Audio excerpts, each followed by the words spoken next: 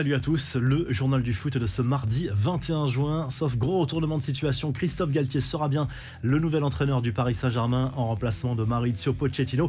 En négociation depuis plusieurs jours, Nice et le PSG sont sur le point de trouver un accord. Le club niçois qui réclame 10 millions d'euros pour libérer le technicien français. Tout est quasiment bouclé, mais il faut attendre l'officialisation du départ de Mauricio Pochettino qui pourrait intervenir dans les prochaines 48 heures. Alors c'est un choix qui peut surprendre certains parce que le PSG a choisi ces dernières années des entraîneurs étrangers plus expérimentés. Alors d'après vous, est-ce un bon choix pour le PSG? Pourra-t-il tenir le vestiaire du Paris Saint-Germain avec toutes ses stars et pourra-t-il emmener le PSG vers les sommets, notamment en Ligue des Champions? N'hésitez pas à mettre votre avis en commentaire. On passe aux autres infos et rumeurs du mercato. L'OM veut accélérer son mercato même si la situation est gelée en attendant la décision de la DNCG. Dans des propos rapportés à la presse chilienne, l'entourage d'Alexis Sanchez affirme que l'OM est une destination plausible pour le buteur de l'Inter Milan. Mais la concurrence et son salaire élevé devraient refroidir Jorge Sampaoli. Le quotidien Il Mattino en Italie confirme par ailleurs que l'OM s'intéresse bien à Mertens qui arrive en fin de contrat avec Naples. L'international belge n'exclut pas une prolongation mais ne ferme pas pour autant la porte au club de Ligue 1.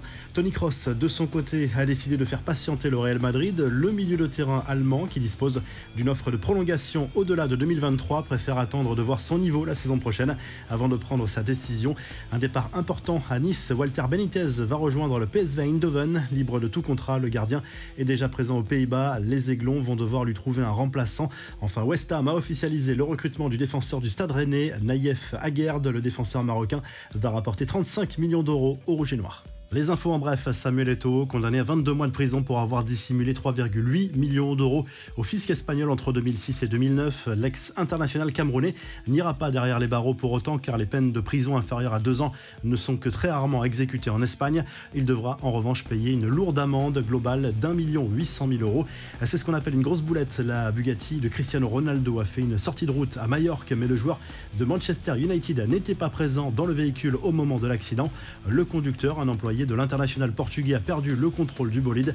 Enfin, Léo Messi continue de savourer ses vacances bien méritées en famille. Le couple a choisi l'île d'Ibiza à la recherche d'eau cristalline, de soleil et de tranquillité. Ils font cette petite escapade avec Cesc Fabregas et sa compagne à bord d'un yacht spectaculaire. La revue de presse, le journal de l'équipe consacre sa une à cette révolution attendue du côté de l'Olympique Lyonnais. L'homme d'affaires américain John Textor va devenir le nouvel actionnaire majoritaire du club rhodanien. Mais Jean-Michel Aulas va garder les commandes. Il restera au moins 3 ans à la présidence du club grâce à une augmentation de capital.